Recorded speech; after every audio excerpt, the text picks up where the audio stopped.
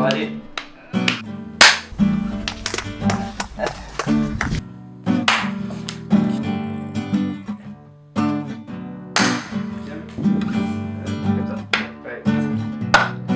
Ok, merci. Ok. C'est bon? Ouais.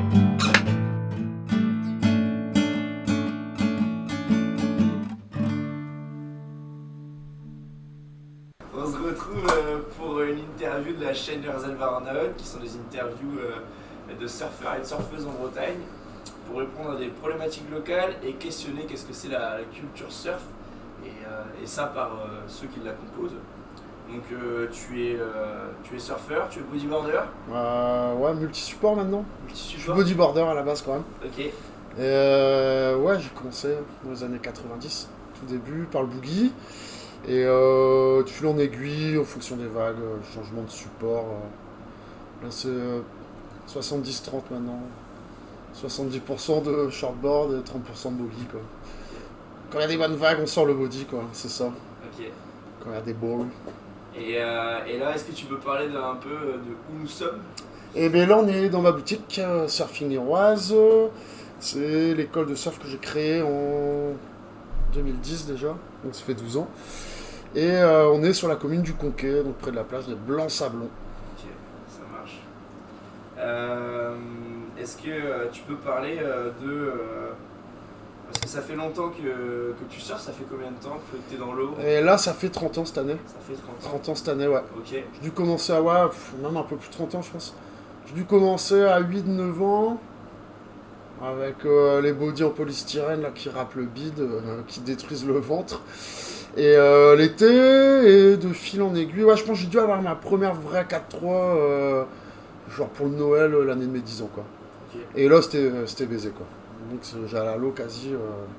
On avait le père d'un pote à nous qui nous emmenait souvent après l'école. Et ouais, là, je chopais le virus et c'était fini, quoi. Ok. Ouais, c'était le début, quoi, de tout un process, quoi. Et ben ouais, ça a commencé comme ça. Et après, ouais, j'ai commencé à choper des boards de mieux en mieux. Et un bon gros crew de potes aussi. On était vraiment nombreux à pratiquer le bodyboard. Savoir qu'il y avait Alain Paul Pleurzel au Gouérou, vraiment une génération d'anciens qui avait dû commencer dans les années 80. Et le niveau dans l'eau était déjà assez impressionnant de ce que je m'en souviens. Et ouais, les mecs mettaient tous les manœuvres de base du bodyboard. Et du coup, bah, ça nous a donné envie de faire pareil qu'eux. Et ouais, on était une bonne équipe, quoi, de dizaines de kids. Et, mais vraiment petit, quoi, pour le coup, entre 10 et 14 ans. Et voilà, grosse émulation, et ça s'est fait comme ça, quoi. Ok. Ouais. Et le surf pour toi, depuis ça, ça a été pas mal de choses. Au final, c'est quasiment c'est toute ta vie. Une bonne partie de ma life, ouais. Une Ouais. bonne partie de ma vie. Ouais, ça a conditionné vachement de choses, hein. Les études, particulièrement, je me serais vraiment pas vu aller en région parisienne ou dans le nord de la France ou je sais pas où, il n'y a pas de surf pour faire mes études. Donc j'ai arrêté assez tôt les études, quoi. La fac et le surf, ça colle pas à mort, quoi. Quand tu vas à Brest, bah, moi j'ai toujours habité ici dans le coin, dans le pays d'Iroise. Et tu te mets une demi-heure de route pour aller à la fac pour un seul cours, tu sais qu'il y a des vagues, tu le fais 3 mois en début d'année, et après bah, tu vas au spot direct quand tu dis à tes parents que tu vas à la fac et tu vas surfer, quoi. Et donc du coup à la fac ça n'a pas trop duré, j'ai vite passé mon brevet d'état après. Ok. Et bah, pour enseigner le surf et le bodyboard, quoi. Et du coup j'ai eu mon diplôme assez jeune, je l'ai eu en 2005, donc j'avais 23 ans ouais, quand j'ai eu mon diplôme. Et voilà quoi. Donc ouais, pour revenir à ce qu'on disait, ouais, ça a conditionné toute ma life, hein. Même au niveau de la musique, parce que les jeunes n'ont pas connu ça, mais on attendait les vidéos. On était mongols avec les VHS, avec les magnétoscopes. Et on était fous, et les vidéos par contre sortaient une fois tous les 3 mois ou 4 mois.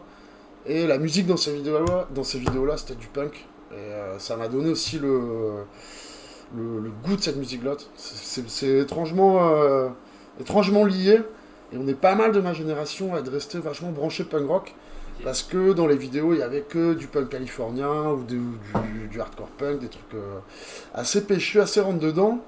Et la zik, genre, ouais, je pense que c'est qu'en 2005 où les Taylor Steele, les mecs qui faisaient des vidéos, ils se sont dit, bon, on va peut-être mettre un peu autre chose comme musique, savoir de l'électro, du rap et tout.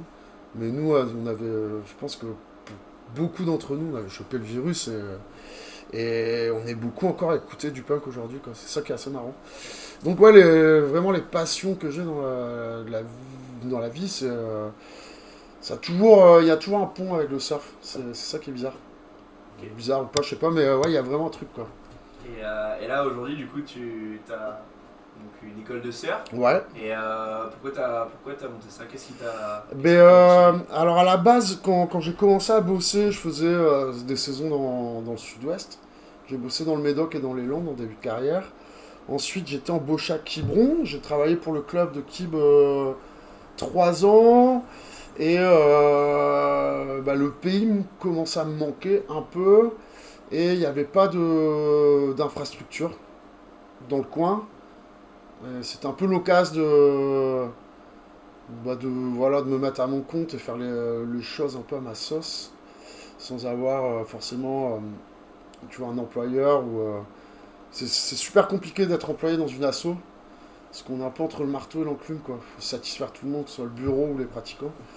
Et ouais, je commençais à être un peu lassé de ça, donc du coup, je me suis dit, bah, je vais rentrer au pays et faire les trucs comme je le sens, moi, quoi. Ok. Et voilà, c'est pour ça que j'ai créé l'école. Et avant cette maison là où on est, c'était quoi? C'était le camping Ouais, de j'étais Biarritz? dans le camping, ouais, dans le camping des Blancs-Sablons, Algeco, voilà, c'était assez spartiate, mais c'était cool. Et ça s'est fait petit à petit. J'ai eu la chance de faire l'acquisition du terrain ici il y a 4 ans, 5 ans maintenant.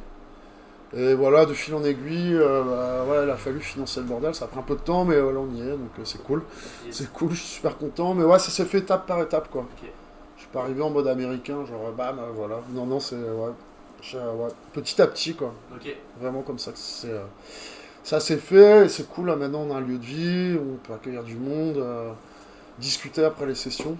Quand les clients ou les potes passent, viennent surfer, bah, c'est un lieu de rendez-vous. C'est vraiment le truc que je voulais faire, quoi. C'était vraiment ça l'idée, quoi. Ok. Et, est-ce que tu peux parler de qu'est-ce que le bodyboard en Bretagne? Bah, le bodyboard en Bretagne, c'est historiquement, le bodyboard a toujours été rattaché à des villes portuaires et populaires. C'est assez bizarre. Si on fait un lien historique, il y a toujours eu des mecs qui fracassaient à Guidel, près de Lorient, du coup, une ville avec un arsenal, et des mecs qui fracassaient à Brest, voilà, ville portuaire avec un arsenal. Et à l'inverse, Quiberon ou La Torche, c'était vachement plus surf. Et à la finale, bah, il y a quelques bons bodyboarders qui viennent de La Torche. Je pense au frère Lalgouache, par exemple. Mais ici à Brest, il y a toujours eu vraiment un gros vivier de bodyboarders. Et c'est peut-être lié au fait que bah, l'activité était plus accessible en termes de coûts et ouais, le matos un peu moins cher, machin. Donc je pense que c'est lié à ça l'histoire du body. Il y a des spots à body partout en Bretagne, mais il y a toujours eu deux gros viviers depuis les années 80, quoi. Et à Lorient et à Brest, quoi. Ok. C'est assez particulier, mais ouais, c'est comme ça le bodyboard breton. Et ouais, des bonnes connexions, quoi, depuis des années. C'est marrant de voir encore bah, les nouvelles têtes, les jeunes qui émergent. Où ils viennent de Brest, où ils viennent de Guidel, ça n'a pas beaucoup changé, quoi. Ouais. Ouais. Ok. Ouais, c'est vraiment la particularité du boogie en Bretagne, quoi. Ok. Et vous avez l'air d'être tout un groupe quand même. Ben, c'est ça qui est cool dans le body. Comparé au surf, il y a toujours un esprit corps. Vu que le sport a toujours été un peu parent pauvre du shortboard, parce que vraiment, c'est même pas du surf, c'est du shortboard, quoi. Toute la lumière a toujours été mise sur le shortboard. Et je pense que le bodyboard, on a pas mal de points communs avec le longboard. Pour ça, on se connaît tous plus ou moins. Et ouais, un peu parent pauvre, donc du coup, entre nous, bah, on a toujours été assez soudés pour essayer de faire avancer les choses bah, dans le bon sens, quoi. Et c'est ça qui fait que, mais à 30 ans après, moi, je surfe encore avec des mecs avec qui j'ai commencé, quoi. Ça, c'est vraiment cool C'est pour ça. ça, ouais. Et donc, ouais, pur esprit, pas tant de rivalité entre les gars, même quand ils surfent ultra bien. Ouais, tu te fais tosser avec ton pote en compète, t'es content pour lui, quoi.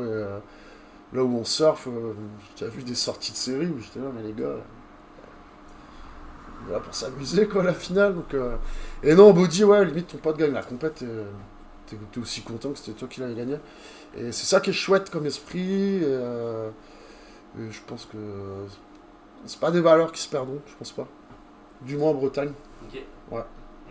Et là aujourd'hui, qu'est-ce qui a été créé par vous Par nous, il y a plein de trucs en fait.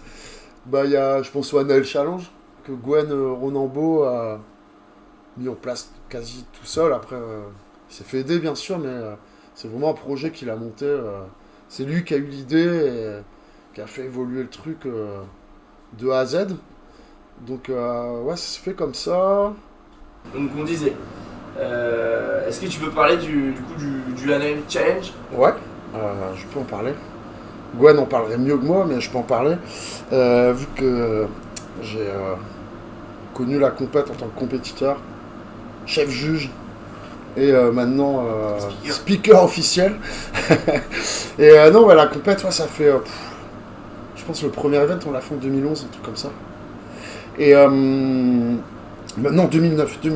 Et ouais, grosse compète de boogie. Au tout début, c'était un peu compète de quartier, entre guillemets. Mais les marques du bodyboard ont suivi direct. Et du coup, les premières années, on arrivait à faire venir quelques potes réunionnais, particulièrement, qui étaient plus ou moins en métropole, machin, des mecs du Pays Basque espagnol qu'on connaissait. Alex Uranga et compagnie, des super riders. Et de fil en aiguille, ça a pris de l'ampleur. Et après, en fait, la dame qui possédait l'île de Rocerveau, où on fait la compète, est décédée. Donc on a eu une période de latence de 5 ans, 6 ans, je crois. Pas envie de dire de conneries. Et après, on a repris contact avec le littoral pour que ça se passe. Ouais. Ok. Ouais. Et ouais, on a repris contact avec le littoral et donc Fred Abasque. Fred Abasque a fait un dossier aux petits oignons, ce qui nous a permis d'accéder à l'île. Et tout en gardant le volet écologique, quoi, en essayant de préserver l'île au maximum quand la compète avait lieu et tout. Et donc ça s'est fait, donc on a repris l'année dernière, donc en 2021, et avec un event dans des conditions assez dantesques. C'était vraiment craignos le premier jour. Vraiment gros, super dangereux, bref, pas top, mais avec un beau parterre de pro et tout, donc ça donne direct du crédit à la compète, avec l'IBC aussi qui nous suivait. L'IBC c'est l'équivalent de la SP ou la World Surf League maintenant. Et donc l'IBC c'est le International Bodyboarding Championship, je sais pas quoi. Et donc l'IBC a donné du crédit, ce qui fait que la compète maintenant elle est au calendrier pour les pros, donc même si c'est sur invitation, les pros ont le droit de participer et ça se fait comme ça, quoi. Et chouette compète, une histoire de copains, plein de gens qui se connaissent depuis des années, et ouais, c'est vraiment une super aventure, quoi. Et en espérant que ça perdure encore dans un avenir, quoi. Chouette truc, ouais. Vraiment c'est le truc mieux qu'on ait pu faire en Bretagne, quoi. Pour le mieux dans le sens où ça met vraiment la lumière sur notre sport et ça fait pas passer le bodyboard pour une espèce de jouet de plage ça donne vraiment du crédit au sport, donc c'est top pour ça. Okay. Vraiment top. Et maintenant vous avez en ce moment là on est là pour situer par rapport à quand est-ce que la vidéo sortira. On est début décembre. Exactement. Et là, il y a quelque chose qui se prépare là? Ouais, on est sur un nouveau format de compète, plus ou moins. À savoir, en fait, il y a Didier Tirilli de La Torche. Didier est vraiment assez haut placé maintenant à la Fédé. Et en discutant avec les gars de la Ligue, Mathieu Carpentier, Francis Chaléa, Bérange Fontaine, tous ces gars-là, on s'est dit que ça serait bien de mettre en place vraiment un circuit de boogie en Bretagne pour remplacer un peu les coupes de Bretagne de l'époque et faire vraiment des vraies compètes dans des bonnes vagues. C'est vraiment ça l'idée, avec que des bodyboarders qui prennent en main le truc, qui gèrent le truc. Et donc ça s'appelle l'Open de Bretagne. open de bodyboard de Bretagne. Et donc c'est tout nouveau. Ça va perdurer dans les années à venir, ça je m'en fais pas pour ça. Et ouais, voilà, l'idée c'est de faire des compètes open et junior, et les filles aussi bien entendu, sur les 3 catégories, voilà, dans les meilleures vagues possibles, avec des waiting périodes assez cool. Donc pour le moment, il y a une compète ici à côté au Gouérou, à l'Empole Plazel, une autre au Minou, à plus années de planifier, et une autre chez les camarades de Guidel. Ok. Voilà, tout en sachant que après à terme, on aimerait bien avec les gars pouvoir exporter le truc, faire une compète dans chaque département de Bretagne idéalement, ça serait vraiment cool. Parce qu'il y a des vagues partout en Bretagne et que ouais, ça serait cool quand même. J'aimerais bien faire une compète dans le 22, il y a des bonnes vagues dans le 22, dans le 35 aussi, c'est plus rare, mais on peut avoir des super vagues à body. Donc ouais, l'idée c'est à terme de pouvoir essayer de rayonner un peu sur toute la Bretagne et faire vraiment un tour cohérent. Ok. Et le mec qui gagne, typiquement, le tour est qualifié, il a une wildcard pour l'annual challenge de l'année suivante. Ah, Donc voilà, il y a un enjeu aussi concret et vachement de goodies pour les kids, donc c'est une façon aussi de ramener les kids à la compète en body. Tu vas faire une compète, tu gagnes une board, c'est cool quoi. Avec Pride, pour pas les citer, qui soutient vraiment le truc et c'est cool, ouais. ok. Donc par des bodyboarders pour des bodyboarders, normalement on devrait pas trop faire de la merde quoi. Ça devrait être cohérent. Ok. Ça devrait être cohérent carrément. Excellent.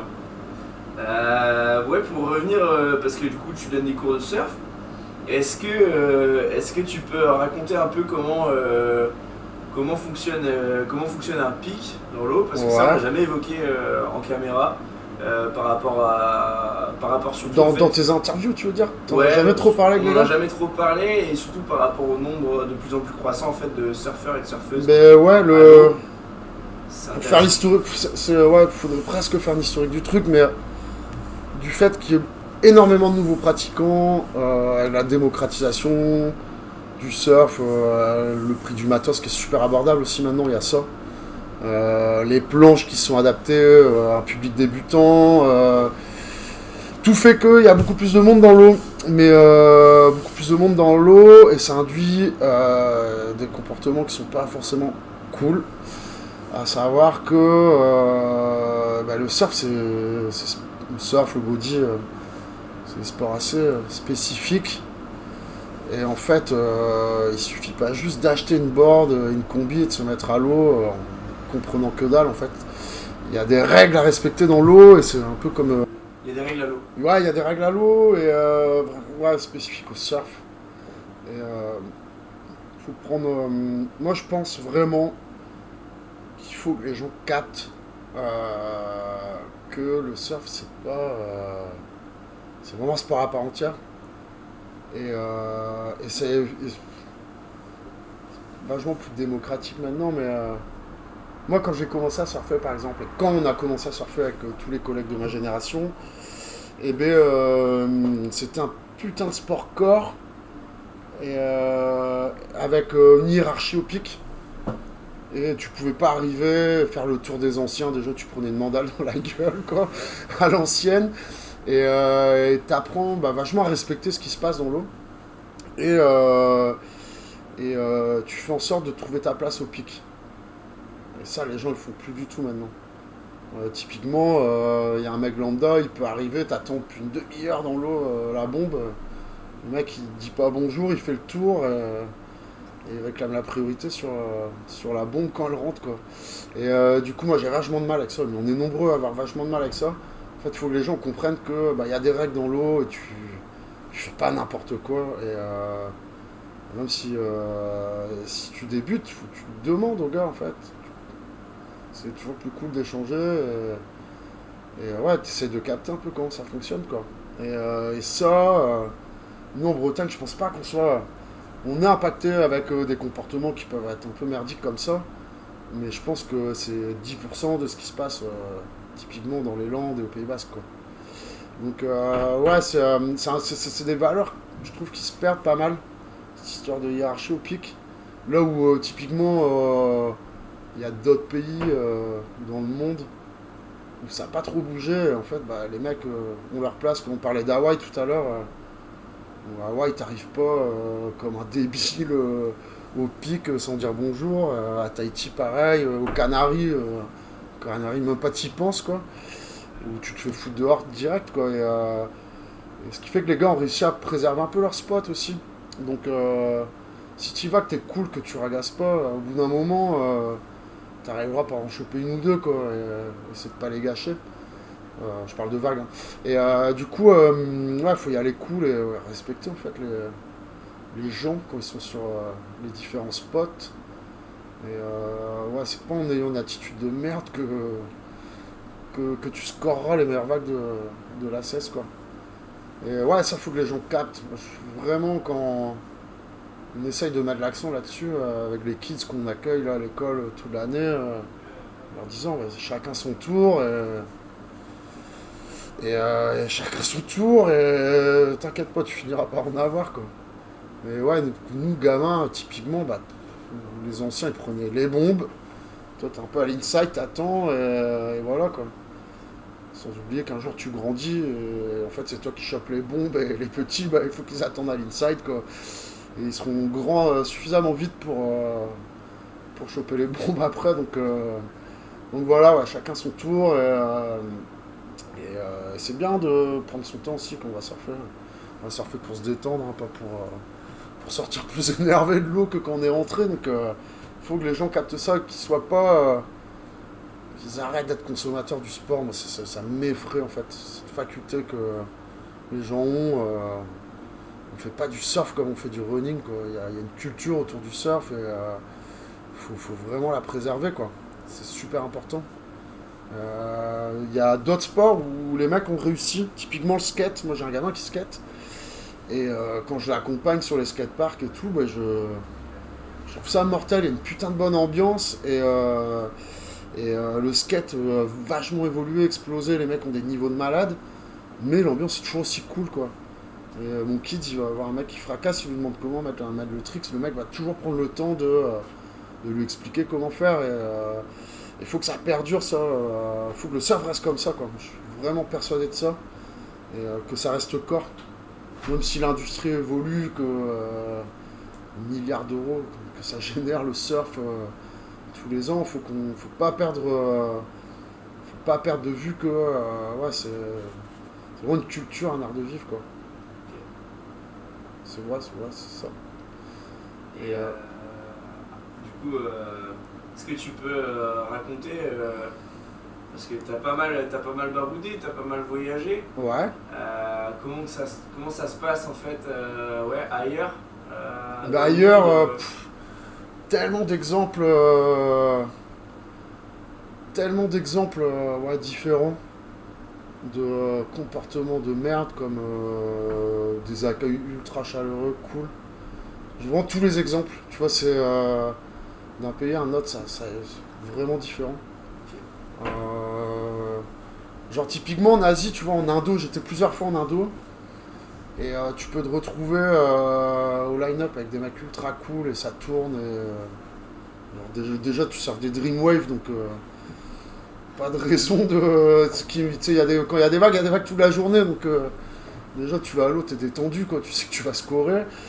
Et tu vois, j'ai déjà eu des sessions avec des mecs qui fracassaient, des Sudaf, des mecs de partout dans le monde, ultra talentueux, et qui respectent, qui sont cool dans l'eau. Et à côté de ça, le lendemain, tu vas te retrouver avec des Brésiliens, les mecs qui voyagent à 10, et t'en touches pas une dans l'eau, t'es là, mais what the fuck, quoi. Donc, ouais, t'as plein d'exemples, quoi. Après, il y a des spots où on en parlait là des Canaries tout à l'heure, où les mecs sont chez eux, et moi, ça m'est déjà arrivé de me faire sortir de l'eau, j'avais pas touché une vague, quoi.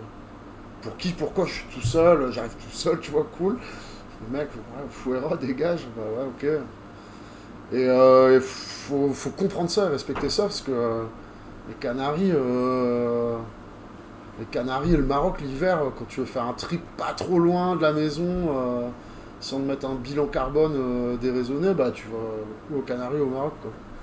Et du coup, je pense que les Canariens, ils ont bien conscience de ça. Ça fait 40 ans que ça dure, le cinéma, donc ça fait 40 ans qu'ils sont corps, les mecs, et voilà, quoi.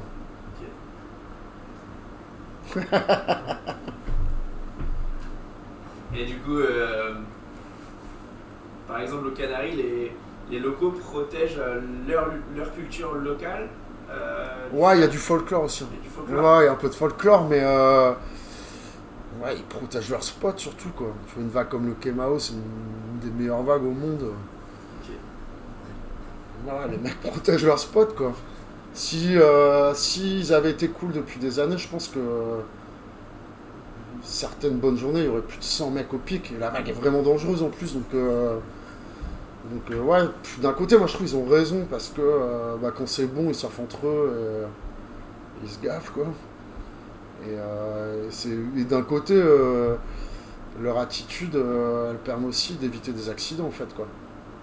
Je pense qu'un mec un peu barge, Ismaël Kemao, un jour où il y a 2 mètres des séries, ou longues, des séries à 3 mètres, fantôme, si le mec sait pas surfer, Ismaël, il se fait hacher dans la section au bord. Tu sais, il y a déjà des mecs qui sont morts au Kemao, donc et t'as l'impression des fois les gens ils ont même pas conscience de ça, quoi. Et du coup, ouais, moi d'un côté, je pense que les mecs ont plus ou moins raison, parce que. Mais tous les îles aux Canaries, hein. Et que ce soit Tenerife, c'est pareil, les locaux ils sont assez tendax. Et machin, et ouais, ils préservent en quelque sorte. Et ces locaux-là ont des kids qui font pareil, eux quand ils seront grands, ils auront des kids, ils feront pareil. Et à la finale, bah, en fait, quand c'est bon, ils se gavent et ils sont entre eux. Et tant mieux pour eux, quoi. Ok. Tant mieux pour eux, je pense. Et pour revenir ouais, sur les trips, tu vois, j'ai eu la chance de surfer des endroits d'Indo qui n'étaient pas du tout connus à Java, il y a une dizaine d'années. Et tu vois, j'étais tout seul dans l'eau. Trop bien, quoi. Trop bien, trop bien. Et ces spots-là ont évolué, tu vois, il y a des occidentaux qui se sont installés. Et tu peux retrouver des ambiances merdiques, quoi, sur ces spots-là aussi. Donc, ouais. Tu vois, pareil, tu vois, on parlait d'Indo, j'ai connu Bali il y a presque plus de 20 ans maintenant. Genre pour aller à Oulu, c'était une piste en terre et tout, tu vois maintenant, mais c'est. Je pars en courant quand je vois ça, quoi. C'est un tapis rouge. Mais c'est n'importe quoi, Déjà tout est bétonné, ils construisent des hôtels sur 28 étages, tu sais, sur la route entre le Bukit, donc la presqu'île où il y a tous les bonnes vagues, Oulu, Padang, tout ça. Avant c'était à moitié piste en terre et tout, j'ai connu ça, et genre je suis retourné genre 6 ans après, Ouais. tout était genre en enrobé, machin, truc de compète, et 200 meules garés devant le spot, les jours où c'est bon, quoi. Ouais. Et du coup, bah, en fait, tu te mets à l'eau, il faut vraiment être gogol, quoi. Il y a déjà 200 mecs dans l'eau, je sais pas d'où ça devient l'esprit de te mettre à l'eau avec tes 200 potes qui vont te braquer toute la cesse. Et ouais, donc tu vois, Bali, typiquement, pareil, j'ai connu Canggu au début. Canggu, c'est super pour le body, c'est un gros triangle et tout. Eco Beach, la plage est trop fun. Et Canggu, c'est devenu un espèce de repère de hipster, un truc à moitié hype, avec des connards d'influenceurs qui vivent là-bas, machin. C'est de la merde, quoi. C'est vraiment devenu de la merde. Et je pense que, tu vois, quand tu voyages un peu, tu te rends compte que tu vois un endroit qui peut être paradisiaque peut vite être transformé en Une usine. putain d'enfer sur Terre, en fait, quoi. Genre Bali, typiquement. Je pense que les man dans les années 70 qui ont surfé les premiers à Bali, ils voient le bordel aujourd'hui, ils disjonctent, quoi. Ils disjonctent complètement, quoi. Ok. Et il y a plein d'endroits, en fait, énormes d'endroits en Europe, en Europe, pas en Europe, mais en Asie, ou tu vois, même en Amérique centrale, le développement s'est fait comme ça. Et à cause du surf, tu vois, un endroit qui était cool, c'est devenu un truc vraiment pas cool, quoi. Ok. Alors, limite sordide, quoi. Et du coup, le surf, pour moi, a un impact aussi sur là-dessus, quoi. Le surf peut amener des trucs super positifs comme des trucs Ouais. méga négatifs, quoi. Ouais. Ouais, du coup, alors, dernière question. Mhm. Ta carte blanche, est-ce que tu peux parler, nous donner une anecdote comme ça de trip, un truc qui t'a vraiment marqué dans un autre pays, voilà, Plusieurs. Plein, plusieurs. plein en vrac. On en parlait tout à l'heure, là, vite fait. J'ai eu la chance de surfer avec John quand on était kids, du côté de Santa Cruz, en Californie. C'est un super bon souvenir, parce que le gars était déjà complètement hors norme. Et les vagues étaient vraiment bien ce jour-là, en plus. Et on était quatre dans l'eau. Il devait être chez Vance, je crois, à l'époque, et il était avec un mec qui est assez connu, qui s'appelle Ratboy, local de Santa Cruz, qui charge aussi, qui surfe Maverick, c'est énorme et tout. Et un autre gars, putain, j'ai oublié son nom, un mec de Porto Rico, ultra bon surfeur. Et moi et mon meilleur pote. Et voilà, juste 5 dans l'eau. Et en sortant de l'eau, c'était assez marrant, les vagues étaient dingues, une super droite tubulaire. Bref, assez longue et tout, ultra fun. Et en sortant de l'eau, on se rend compte avec mon pote qui avait genre une croix sur le spot, quoi, vraiment limite sur le passage, quoi, que j'avais pas vu en me mettant à l'eau. Et genre, presque un an, jour pour jour avant, il y en a qui s'était fait charquer là, qui s'était fait bouffer avec un requin blanc, quoi. Ouais, ça m'avait pas mal refroidi, je t'avouerai. Mais bizarrement, je sais pas, moi, quand on évoque le sujet des sharks, parce que des sharks, il y en a dans tous les océans. Et moi, c'est jamais trop un truc qui m'a inquiété, quoi, bizarrement. Et je sais qu'il y a des gars, ça les tétanise complet. Et, je sais pas, limite, j'y pensais pas dans l'eau. Mais en sortant, ça m'avait rappelé quand la réalité du truc, quoi. Ouais, c'est un sacré souvenir. Après, en vrac, qu'est-ce qu'il y a plein de trucs. Tu vois, des sessions gamins avec tous les. Il y avait une compète qui s'appelait le Off Bodyboard Pro. Je te parle de ça, c'est fin des années 90. Et donc il y avait un pro junior pour nous les kids, une compète pro.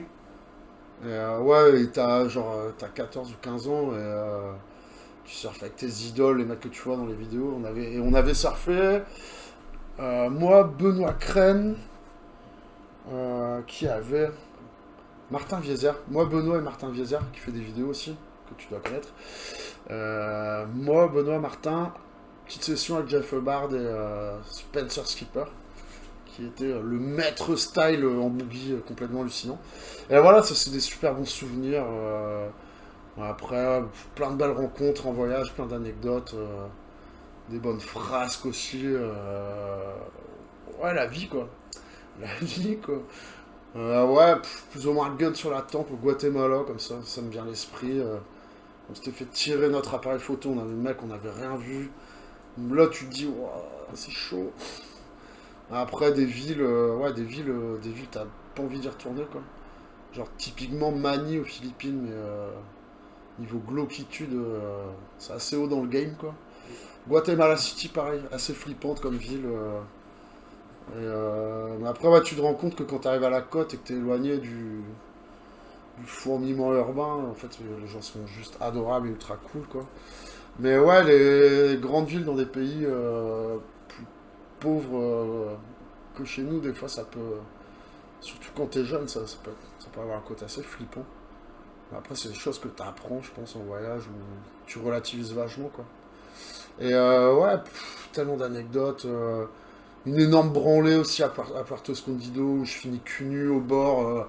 J'étais à 2 mètres du bord, il y avait, je sais pas, un bon 2 mètres, plus 2 mètres 50 peut-être sur les grosses et des séries fantômes. Genre, j'étais littéralement à 2 mètres du bord, avec le short aux chevilles, j'avais perdu les palmes, à me dire comment je vais sortir de l'eau, quoi.